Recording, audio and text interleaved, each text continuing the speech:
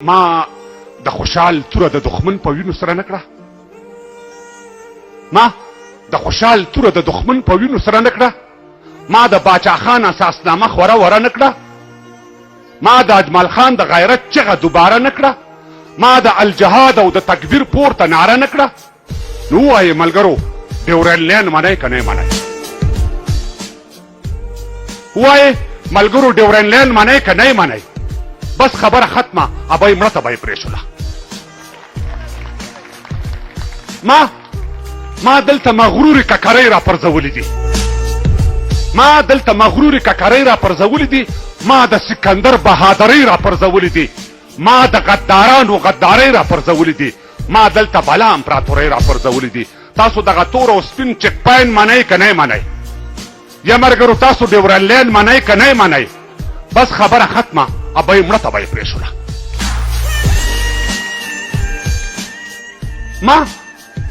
ما د یو جمهور تر مخه هم سپین بغاوت کړی.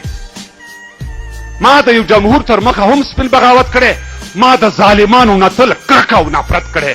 ما په سپین میدان د هر غاصب مخ ته جرأت کړی. ما په سرو نه دی، ما په زړونو حکومت کړی. دا د پردې شاته لین و دین منئ که نه منئ؟ یا ملګرو تاسو ډیورنډ لاین منئ که نه منئ؟ بس خبره ختمه، ابۍ مړه ته به یې پرېښوله. زما په قلمرو چې څوک راغلي ما ویشتلي دي. زما په قلمرو چې څوک راغلي ما ویشتلي دي. زه یې هم وژلی یم، خو دوی مې هم وژلي دي. څوک مې بخارا تر سمرقند ځغلولي دي، څوک مې تر مشهد او ګوادره رسولي دي. تاسو د بل ګټه او خپل ذهن منئ که نه منئ؟ یا ملګرو تاسو ډیورنډ لاین منئ که نه منئ؟ بس خبره ختمه، ابۍ مړه ته به یې پرېښوله. ښه درته په یاد ده د میوند د ملالۍ کیسه؟ ښه درته په یاد ده د میوند د ملالۍ کیسه؟ بیا د زرغونې نازو انا د مرګلۍ کیسه؟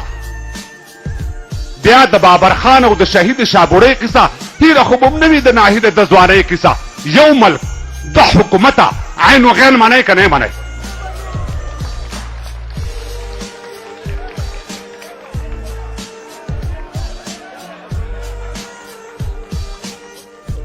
ښه درته په یاد ده د میوند د ملالۍ کیسه؟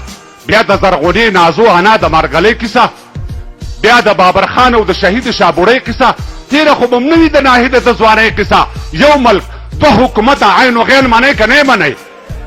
یا ملګرو تاسو ډیورنډ لاین منئ که نه منئ؟ بس خبره ختمه، ابۍ مړه ته به یې پرېښوله.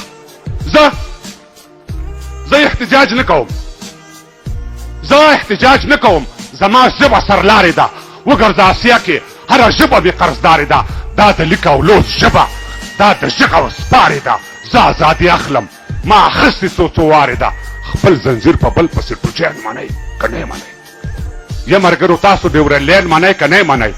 بس خبره ختمه، ابۍ مړه ته به یې پرېښوله. خیر که اکبر خان او ایوب خان محمد جان خان نشته، خیر که ایمل خان او دریا خان او باکو خان نشته، خو ما ته به دا نه وایي چې ستا ځمکه اسمان نشته. چا ویلي چې موږ کې پښتو نشته، ایمان نشته؟ دا د بل د واک لاندې بحرین منئ که نه منئ؟ یا ملګرو تاسو ډیورنډ لاین منئ که نه منئ؟ بس خبره ختمه، ابۍ مړه ته به یې پرېښوله. مرۍ مې بنده ده، بل نظم مې ورته ویلي. توجه نه مو ډېره مننه کوو.